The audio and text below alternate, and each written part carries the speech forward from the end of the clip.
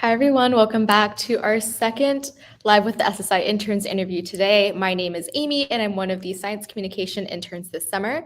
This is our 9th episode of our Live with the SSI Interns series, where we get to interview members of our SSI intern cohort. To provide a little bit of background for those of you that might be new, our program stands for the Summer Systematics Institute, and we are Research Experience for Undergrads, or REU, funded by the National Science Foundation, hosted here at the California Academy of Sciences. And with the exception of myself and Tala, who's actually on screen with me today, all of our other interns work directly with curators or postdocs or grad students within the curators' labs. But Tala and I actually work with the digital engagement team, which is really, really exciting. And hopefully you guys will get to learn more about the team and the work that Tala has been doing this summer. So per sort of usual format, we have preset questions. Of course, they're slightly modified for myself and Tala since we aren't working directly with researchers. But throughout the interview, feel free to leave comments or questions in the chat, and we will get to them as the discussion unfolds. And without further ado, I'm so excited to introduce my fellow SciComm intern, Tala. Tala, if you'd like to unmute and then just share your name, home institution, where you're from, and any other information you'd like the audience to know. Sure. Hi, everyone. Thank you for joining us today. I'm not used to being on the hot seat, but so pronouns she, her. I go to Arizona State University and I study sustainability. And I've kind of lived all over, so it's kind of hard to answer the where are you from question, but I'm originally Palestinian. Awesome. And I think with that, we'll just go ahead and jump into our preset questions. So our first one, which Tala is very familiar with because she's been asking it all summer, is how would you explain your summer research project to a fifth grader? See, I think I came up with this question too, and I kind of regret it now because it's so much harder. I don't even think my brothers know what I'm doing. So to a fifth grader. So what I'm doing is creating a story map, and a story map is like a blog post with a bunch of pictures and like videos, but the text is kind of set on top of the pictures, so it's like more fun. It's kind of more interactive in that way. You can put audio, like background audio, and I'm using that to talk about scientific collections. And scientific collections are, for lack of a better term, kind of like dead things in a jar. And that's not what I want people to think of them as, though, but that's kind of, if you think of like taxidermy deer on a wall, it's kind of like that, but for scientific reasons. So it's not just to be displayed, it's to be studied. And what I'm doing is I'm kind of talking about the history of them through time, using the Galapagos expedition. And the Galapagos are like a bunch of really cool, interesting islands close to Ecuador, so like near the equator.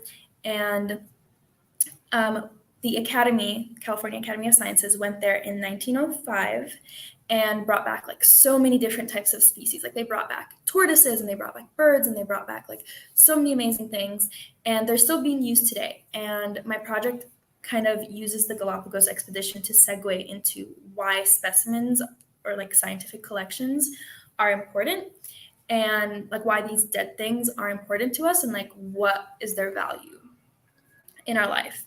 And so I talk about like these really cool birds that we found out that one of them was extinct, and about a butterfly that's also extinct, but we have them in the academy. So like, how do we use these to inform like conservation today? And like, we're using the birds and we're using the butterflies to bring back certain species into the ecosystem, so that we can have a more vibrant life. I keep forgetting that it's to a fifth grader and I like switch terms, but yeah, so I'm talking about that, and kind of like the name of my story map is What's New with the Dead.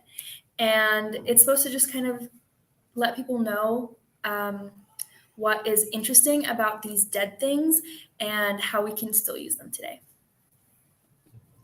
Yeah, that was awesome. And I have a feeling that your brothers are in fact watching, and so they can maybe give us a temp check as to whether or not that explanation helped them understand your research project this summer. But I obviously, like, we sit right next to each other in the basement. So I've like seen you work on your story map, and I've seen you do your interviews, and I have to say it's a really exciting project. And I think for me, like before the academy, I interacted with scientific collections, but only through like a teaching sort of lens. So it was like just like, oh, like this is how you ID like a red-legged frog from California. So actually getting to hear about sort of the conservation efforts and the actual policy changes that are coming from the collections here at the Academy has been super exciting, because it's, for me, been a really new way to look at sort of the value of specimens and the types of research that can be done that go beyond just academia. But I am just sort of curious as to what inspired your specific medium. Like, why did you choose a story map over other more traditional forms or alternative forms of science communication? Because I know you're also a very big writer. So I think initially I thought you were going to do like some form of long prose. So I'm just sort of curious what informed your decision to do a story map.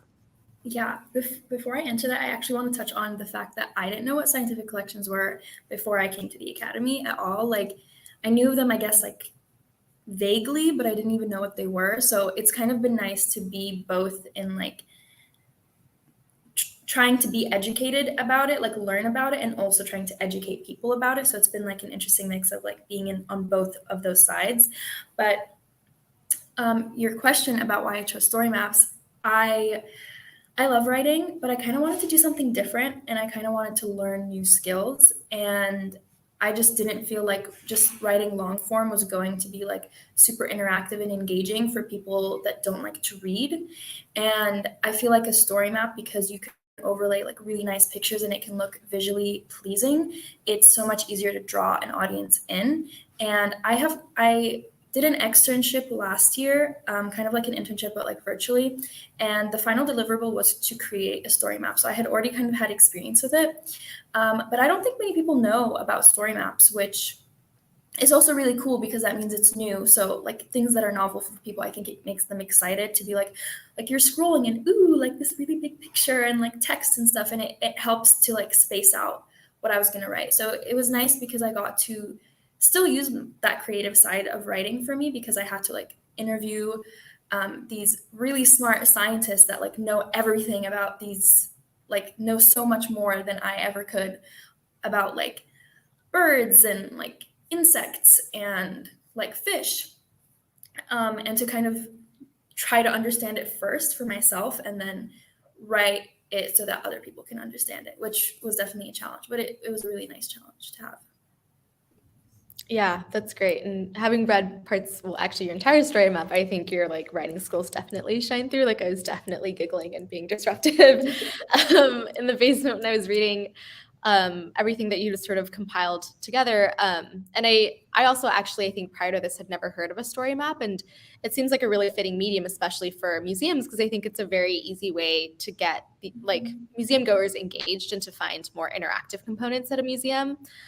So hopefully like the testing goes well, and then who knows, maybe this will become like a permanent fixture of the Cal Academy, who's to say. That would be so cool.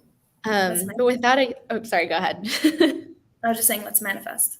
Of course, we're the best at manifesting. It's all we do all summer. But I think a part of that manifesting was us discussing when we first started our internship about like just what in the world are we doing? Because I think we both were sort of confused, and then people would ask us like, what are you doing? And then we would confuse them. So our next question is just, what did you think science communication was before entering this program? And maybe also a little bit on what you think it is now that you've done it. I had a very vague idea on what science communication is. I think you touched on this in your internship, but it's like science and communicator, and like you can kind of put the two words together and like figure it out. But I think it's been interesting coming to the internship because I didn't know the different realms of science communication. So I came into it kind of thinking of it from more of the digital engagement thing that we've been involved in, like or like writing for museums, like, you know, those little plaques that they have in museums and stuff. That's kind of how I saw it, or like science journalism maybe. But what's been interesting is that like there's different types of science communication you can have. Like you can have kind of like what the comms team does at the Academy, where they like, there's a scientific paper and they want to like release it, like, you know, do a press release for it, or like helping certain organizations like write grants or things like that. And I was like, oh, I didn't know science communication was really like that. I thought it was something, I thought that kind of stuff didn't constitute as science communication, which is interesting.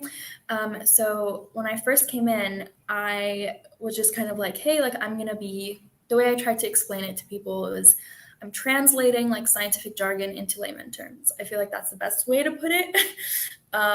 but it's really more than that. Like it can be like through social media, it can be through like through grants, where it's like maybe the people reviewing your grant don't know all the technical words, but it's like, how can I like write it to for you to see the importance, or like what angle can I get to it to see the importance. So I think we're kind of the medium between, or like the bridge between hardcore scientists and the public, because we kind of, our interests lie in both sides. Yeah, I think that's a great way to sort of put it, of where that bridge between like science and like the public essentially. And I'm just sort of curious, like you had talked about how initially you came in and you thought that science communication was sort of more strictly like journalism or social media, like sort of more traditional or very visible forms of science communication that we engage with in our everyday lives. But then it actually also involves grant writing or press releases and all of these like other forms of science communication, which I also was shocked. I felt like every other week we're meeting a new science communicator that worked in a different team that was doing something completely different to what we were doing, which is really exciting because it just shows like how diverse this field is. And I'm curious for you, like whether or not you like the fact that it's sort of that diverse and there's so many different avenues. Yeah, I'm just sort of curious on your thoughts of the diversity of science communication that's out there. I think it's super exciting because it's like, if I don't like one part of science communication, like that's not to say that science communication isn't for me, maybe just that avenue isn't for me.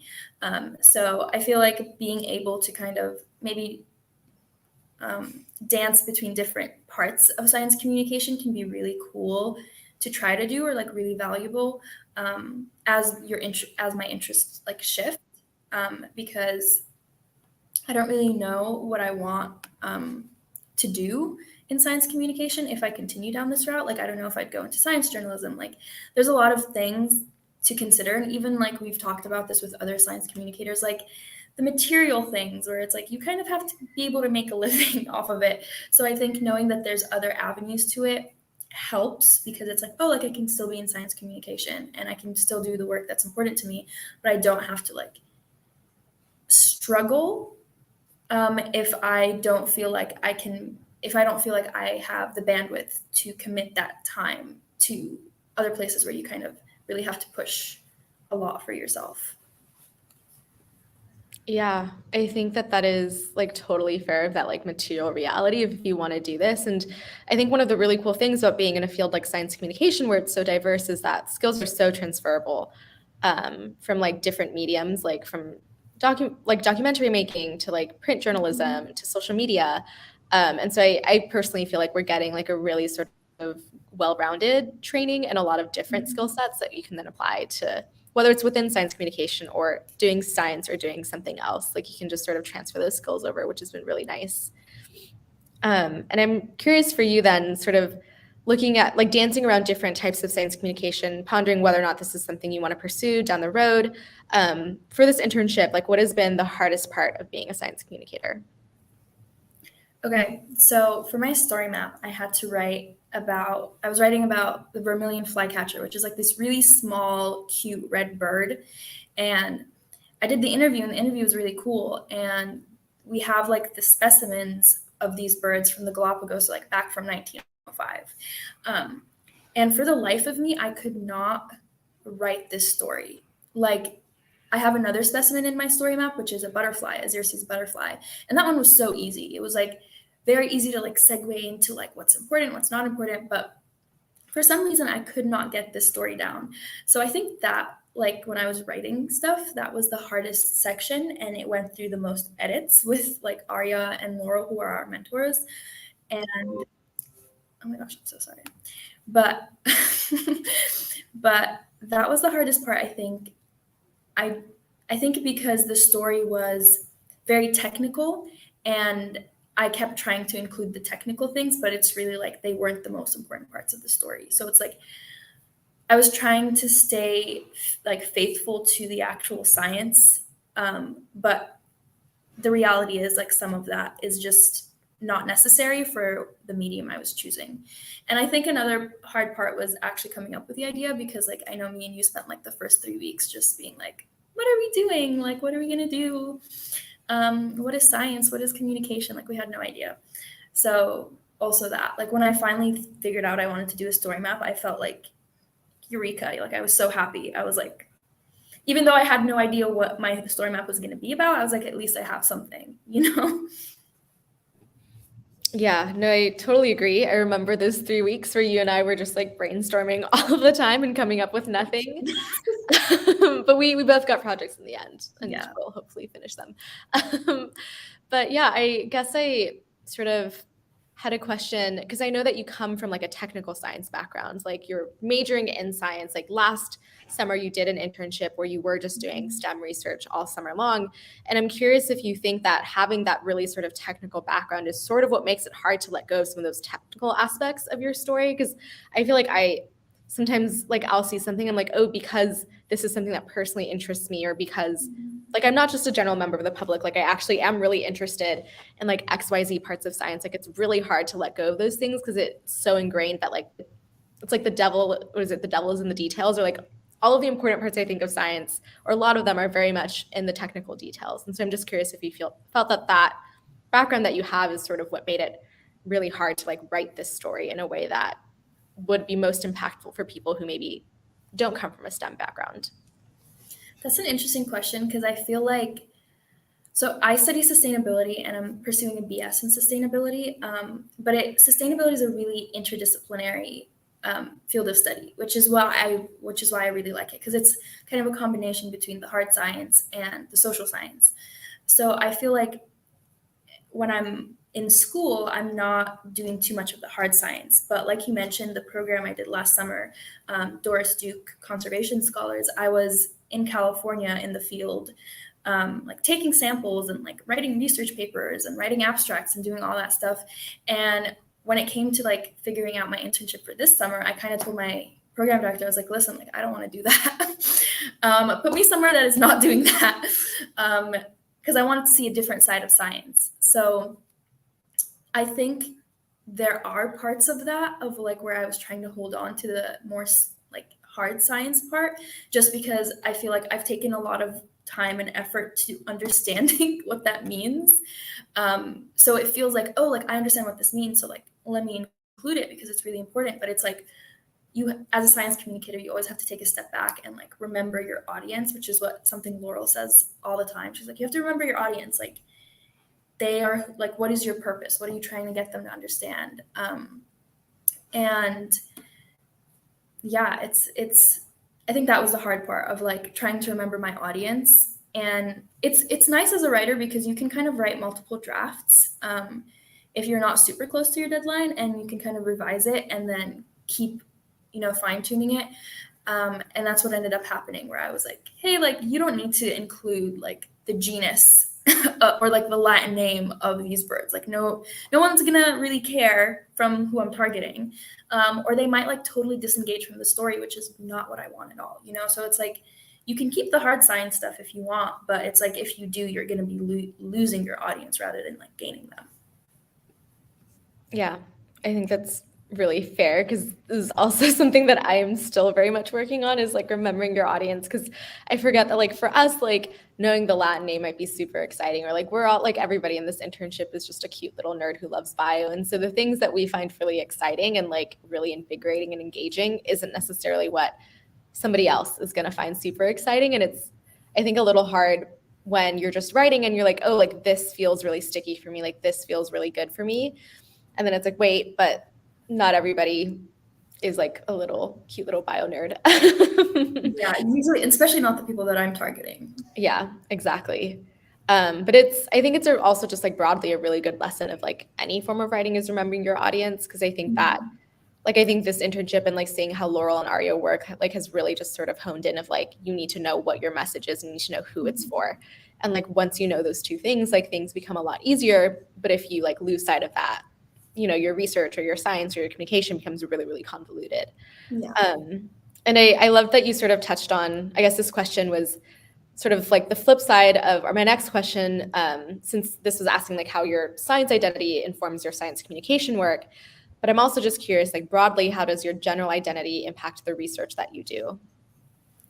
So I kind of grew up in the Middle East most of my life. I kind of bounced around a little, but primarily in the Middle East. And then I moved to the US for college. And I feel like in my classes, all we talked about were like American issues, which of course, duh, we're in the U.S. But I wanted, the reason why I really like sustainability is because I thought entering it would give you like a global perspective, and we learn a lot about that, like the global perspective. But it's also really fine tuned to like what's relatable to the students, like what's relatable to like Arizona, where I like live and where I go to school. And I didn't really like that. I kind of wanted, I'm like, I want the bigger picture. I want to know like how I can take what I'm learning right now, and like how does it apply internationally, like globally, not only just in the US, which is another reason why I kind of got into science communication, because I really wanted to take my skills as having lived in so many different places. I feel like it's informed a unique perspective that I don't see too often in like my classes, at least among like my peers, just because like, they grew up here. And I kind of wanted to be able to, my biggest goal, I think, in anything, and in science communication, if I continue to pursue it, would be to bring all these different sides of me, and help inform not just like the science in the US, but also the science like anywhere else. And we've met a ton of scientists here, and I have met a ton of scientists here that don't only do work in the US, of course, but it's like, from what I've seen or what I've noticed, it's mostly like, oh, like we go collect samples in like Colombia, or we go do this, or we're like collaborating with this person. But I think I don't really know exactly where I'm going to land yet, but I feel like there's this like gray space that exists, and that's where I want to be. I want to be in the gray space, and I want to bring like everyone into the gray space to see like bigger pictures. Um, but yeah, that's my goal, and that's what I hope to do. And plus, like since I speak Arabic and I'm like learning French, I'd really love to like bring those different perspectives too, and like take what I learn to like France or like the Middle East. But my biggest goal, or I think my first hurdle, is to get my family to understand what I'm doing or what I'm saying, because I can see the comments. Yeah, it's a bit of a bummer for those of us who are going to rewatch this and will not get any context to what comments we're seeing come in. They're very sweet, and also like very much like I can tell it's a brother or like a close family member who's sending these. But I think you and I, like, we definitely have talked about like the struggles of getting like family members to understand what we do when this isn't necessarily their chosen field. But sort of moving on from that, I loved so many of the things that you just touched on. Like I feel like every time we talk to somebody new and you bring up your background, like it's always such a point of fruitful discussion. And like they always have so many questions, and they're always so interested in sort of hearing how this like international global background impacts your perspective and what you bring to the table. And I think it's really, really interesting within the context of science, because it currently, like, I feel like the main centers of knowledge for science are the US and potentially like Europe. But the fact that like you have this international background and you want to bring science to this like gray space, or bring it to places where we don't sort of maybe in sort of modern memory, like think of like as major places of science where science is done and where innovation happens, I think is really, really exciting. And especially when you bring in like the impact of language in science, because I took a class on that. Actually, it was like taught in Spanish, which was interesting. I struggled every Friday in that class, but it was like the language of science is predominantly English, but what happens when it's in another language, and how does that impact our like understanding of science? And so I also don't know where you're going to land, but I'm very excited to see what you do. And I'm going to go ahead and pivot to our sort of extra SciComm question, because we can never make anything too easy for ourselves. So our bonus question is, how has this internship, or like being introduced to the science communication lens, changed your future plans, or how you frame science? And I know you mentioned you don't really know where you want to land, but just like broadly, if this has impacted you at all. Yeah. Okay. I know that you made that question, so that's a hard question. But I think this internship has just kind of, again, just shown me what different avenues there are in science communication, which is really cool. Because I think when I was first thinking about it, I was like, oh, like science communication, like science journalism. And I've always kind of shied away from journalism. I don't know if it's really where I want to be or what I want to do. So I think that since it's changed my perspective from that point of view, that's been really interesting and important. And I don't know, again, where I want to go. I'm kind of toying with the idea of like a science communications master's, or maybe something else that incorporates science communication but isn't strictly science communication. And I know I'm throwing those words around a lot, but I think another thing that as you were talking actually reminded me of is what kind of brought me into science communication. Another part of it, or like those different language sides, is I took a gap year in 2021 because I'm a class of 2020. Yay, we love that for me. And during that gap year, I had this book idea about my dad's life. So my dad grew up in Palestine in like this rural little village. And growing up, he'd always tell me and my brothers like stories about his life. And they were just like the same stories, but like he said that he talked about them with so much passion. And like every time he'd introduce like a new detail. And I was like, hey, how cool would it be if I like wrote a book about like my dad's life and what he's doing, and kind of use it for a medium for like different topics that I want to explore. But one of the things while writing that book that I noticed, or that was really hard but interesting, is that I would do these interviews with my dad in Arabic, and then I'd be like translating them to English and trying to get like what's the most important part of that story out. And he would tell me a lot about the farming techniques and like the food that they would grow and everything like that. So like I spent hours researching like how do tomatoes grow, or how do olive trees grow? And I would like do all that research just to write like one paragraph that would get people to understand like, oh, like how cool it is, or like trying to get people to understand the life cycle of it. So that's also another branch of like science communication that I would love to explore, is like write like long form writing or like novel writing, and incorporating like scientific values. Not necessarily to say that the story I wrote about my dad was very scientific. It really wasn't, minus those like farming things that I mentioned, but like how that there are other stories out there that would be cool to write about. Because I know that when we had Emily Horwitz, who was a science communicator, she came and she mentioned her friend who got like a book deal writing about like whales and her research with whales. So I'm like, stories like that I feel like would be really cool if there's like a larger picture there. So. Yeah, that's awesome. And I remember when we found out that we both took gap years, which I feel like is rare to find. And that was like one of the first, I think, big conversations we had. And you're like, yeah, I didn't really do much. And then later it like came out that you wrote a whole novel. And I was like, girl, what? Like, how did you completely skip over that? I would like to say that it was my brother that like bet me money to like write the book in like 6 months. And that's kind of that was a big drive. So thank you, Muhammad, for that. No, I think it's always great when like this really sort of wonderful, productive thing you've done comes from like a really silly place. Because I think both of us definitely have stories of like we did this thing, and like were the initial reasons necessarily the most noble? No, but like we ended up having a lot of fun and learning from it. And if you ever do end up sort of publishing your book about whether it's going to be whales or sharks, actually, I think maybe you should publish a book on sharks. I would love to read it because I think, yeah, like I think the nonfiction sector like gives you a lot of flexibility to go beyond like the technical, very sterile terms that you typically see in sort of science writing, and to combine it with sort of more of that beautiful like prose that you're able to do.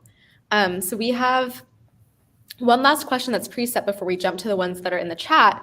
And our fun bonus question that we've asked all of our interns, that I actually feel like is one of the harder questions to answer, is what is your biggest science hot take? Actually, this is probably the easiest answer for me, just because I feel like if anybody that's talked to me for longer than 10 minutes would know this hot take, but I have to say, I have to put it on the record. My biggest hot take is that dolphins are evil. I really love how like everyone that we've interviewed had really amazing, thoughtful, like hot takes. And then there's me talking about dolphins, but dolphins are evil.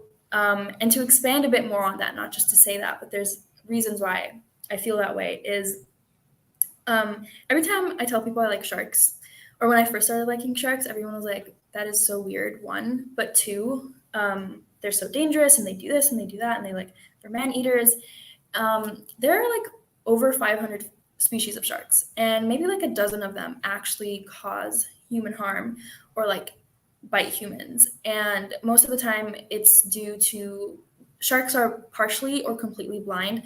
So they may mistake it for like a seal or a turtle or whatever. And sharks are fish. And since they are fish, they have really small brains. So they don't really care about us. They're just trying to live their lives in the ocean. It's kind of like lions living in wherever they live, in that kind of sense. Dolphins, on the other hand, are quite intelligent. And I feel like they get a really good rep because they're cute, but I personally don't think they're that cute, okay? Like sharks are really ugly, but I acknowledge that. Dolphins are evil because they, even amongst themselves, like they rape other dolphins, they like kill other dolphins. There have been some stories where like dolphins do that to people too, or they get like really attached to their human caretakers and like do a bunch of weird stuff. So it's like, the reason why I say dolphins are evil is because when you talk about dolphins, everyone's like, oh my God, they're so cute and they're so lovely and they're so whatever. But that's not true. And I'm not saying sharks are cute or anything, because no, like they are like apex predators and they need to be treated like the wild animals they are, but they're not evil. And I think with Jaws, that came out in like the 70s, that's what shifted that perspective of like sharks are evil, in pop culture or like in mainstream media.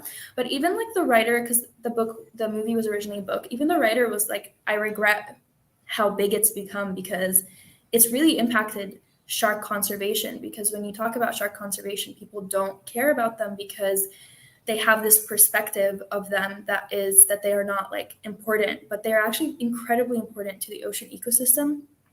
And a loss of sharks would be really detrimental to like the ocean ecosystem, and that in effect would like in turn affects us, because the health of the ocean is the health of the planet, and the health of our civilization, you know? So that's one thing. And I would also say that I don't really like killer whales because they eat sharks, but I don't have beef with them as much as I have beef with dolphins. So yeah, I think that's my hot take. I think you still made it pretty impactful. Like you tied it back to like our survival as a species, which is pretty impressive. And I will say, I think it's sort of funny to see which animals have sort of like great like PR teams, like dolphins Right? definitely being one. I feel like hippos also, and like river otters. Yeah. Like, they just have like really, I don't know, like they have really good science communicators on their side. And I think you need to build your own league of like shark reputation Like defenders. mosquitoes and hippos kill more humans per year than sharks do. And like sharks on average, I think like kill maybe 11 humans per year. And it's usually because like the humans bleed out after they're bitten. But we kill like almost 11,000 sharks per day. I don't know if the stats 1 hour per hour or per day. So I'm just going to say per day to stay safe. And nobody really cares because they're like, oh, sharks. Ew. Yeah, justice for sharks. Justice for sharks. Okay, I'm glad you got to like use this platform to share your shark ideas, because I know that you've been like itching to like share this with the masses. But we do have one question from the chat before we officially close out our interview. This is from Mohammed. He asked, what would you tell a high school sophomore who's considering studying science communication? Ooh, thanks for the question, Mohammed. That's my brother. What would I tell a high school sophomore? I guess I would say look into what science communication is, because I think science communication is very interdisciplinary. Like it's like you can bring a bunch of different skills and interests and kind of put them together, which is really cool. And so it's like, do you like writing? Like, are you curious? Do you really care about like what in the field of science do you really like? Because it doesn't necessarily have to be conservation. You can work for like biotech companies. Like, are you interested in that kind of stuff? Like new technology in the science field. It's very spread out. So I would say that that's one thing. And two, I would also say if you do decide to pursue science communication, like build up your skills, and that can be skills in anything: videography, writing, like social media, even policy. Like reading a lot would be really great, or like practicing these skills while you're still in high school and have the time, and like reaching out to like you can make your own little projects or your own little writing stuff and then like send it to people, or just have it in your portfolio, and see if you even like it. Like it's okay to change your mind and not like it, because I came into university wanting to study environmental science, and then I ended up in sustainability. So it really can vary, and I would say just lean into wherever your heart's kind of telling you to go. Like it's okay to move stuff around, and since if you're a sophomore, if you're still in high school, like you have a lot of time to build those skills, and you have a lot of time to like think it over. So I would say just try a bunch of different things, and like the things that interest you, and then see if you like translating that science into whatever media you choose. You're muted, Amy. Awesome. Could not have said it better myself. Thank you, Tala, for that quick little note. One last question before you officially wrap up the interview. Apologies in advance if I butcher your name. This is from Munther. They're asking if you can choose one thing to add more value to your experience. What do you think it would be? Thanks, Munther, for the question. That's also my brother. the whole group's here. The whole squad's here. If I can add more value to my, I guess if you're talking about my experience as like in my science communication internship, honestly, I wish I could add more time to it, because I feel like there's so much to learn, but there's just not enough. There's not enough time. Like I feel like I'm only now starting to get into the groove of like what the side of science communication that me and Amy are on. But in terms of like, I keep reading the comments, in terms of like the other types of science communication we talked about, like I would be kind of interested to see how grant writing works. Low-key, it does sound boring to me, but I'm like also still interested in like what it could be, and seeing if I am interested in it, because maybe it sounds boring, but it might be very interesting to me. So yeah, just more time to kind of explore the different avenues that science communication offers. Yeah, I think you and I have talked about trying to find a way to finagle our stay here. But it seems that you also got an internship offer in the comments if you want to respond at any point. But yeah. I accept. That's from me. I think in terms of actual questions, that's going to be everything from us today. Before you head out, we do want to encourage you to follow us on Twitter and Instagram, and also plug Shark Week is next week. And so you should follow us to see all of the fun stuff that Tala is going to cook up for Shark Week. And then sort of very lastly, our summer internship is coming to an end soon. So this is like your last chance to get to see social media content from myself and Tala for the next 2 weeks. And in addition, if Tala decides to share any contact information, we'll go ahead and post that in sort of the repost on our social media. So another reason to follow us on Instagram and Twitter. But with that, just a reminder to tune in tomorrow at 12:05 p.m. to listen to our very last series installation with Delson, which should be super, super exciting if you're into bioluminescence and fish. And also Tala will be there because she will be hosting. So another plug for that specific installation. But with that, I wish that people could see the chat because it's super cute. But I hope everybody has a great day. And thank you so much, Tala, for joining us. This was really fun. Thank you, everyone. Bye.